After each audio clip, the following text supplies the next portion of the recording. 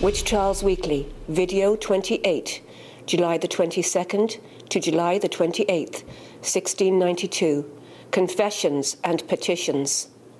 Both of Martha Carrier's sons, Richard, who was 18, and Andrew, who was 16, had been brought in for questioning due to Mary Lacey's implication of them.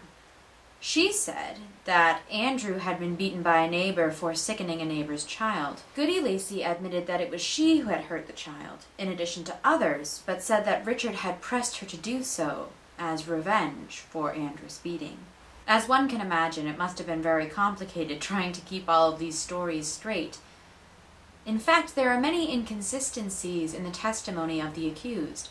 However, the magistrates seemed to only call attention to these inconsistencies when it suited their needs. On July 22nd, Richard and Andrew Carrier were brought in for additional questioning. They both vehemently denied being witches, but Andrew was so terrified about being back there that he was stuttering. Both Mary Lacey Sr. and her daughter Mary Jr. were present at their examinations. Although the boys refused to confess, Mary Sr. was reluctant to implicate them. Mary Jr., on the other hand, was more than happy to recant the witchcraft and devilish deeds that these boys had supposedly participated in. The afflicted Mary Warren was also present.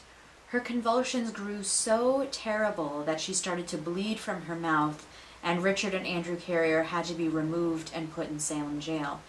According to fellow prisoner John Proctor, the boys would not confess anything until they tied them neck and heels till the blood was ready to come out of their noses.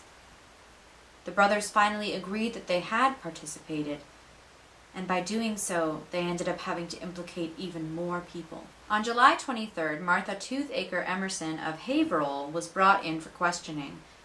As was becoming an all too common occurrence, the girls convulsed on the floor and said that her specter was causing them various torments, and the touch test was attempted, curing some of the girls but not all of them. Martha Emerson protested her innocence, but the court reminded her that her father, Roger Toothacre, had admitted to teaching her how to kill a witch using various folk tests. Many people at this time were superstitious and engaged in such supernatural practices as burying puppets in their walls to ward off evil spirits. Evidence of this was used against Bridget Bishop.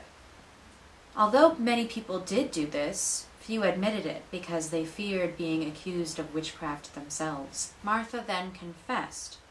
She did later recant, however, saying that she had thought that by confessing it would save her life, but said that she could no longer lie in the face of God. Meanwhile, in Salem prison, John Proctor wrote an impassioned letter on behalf of himself and the other prisoners to several Boston ministers, including Increase Mather, father of Cotton Mather, imploring them to help obtain a more objective trial.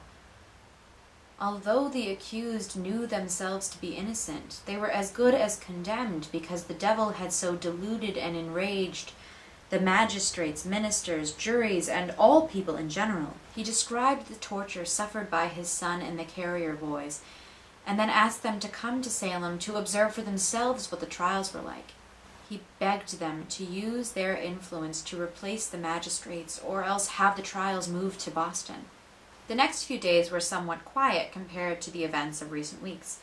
However, odd events and spectral torments and illnesses were still being reported from Andover and Gloucester. The prospect of prison or worse drove many to confess, partly because of desperation and partly because they really did begin to believe themselves guilty.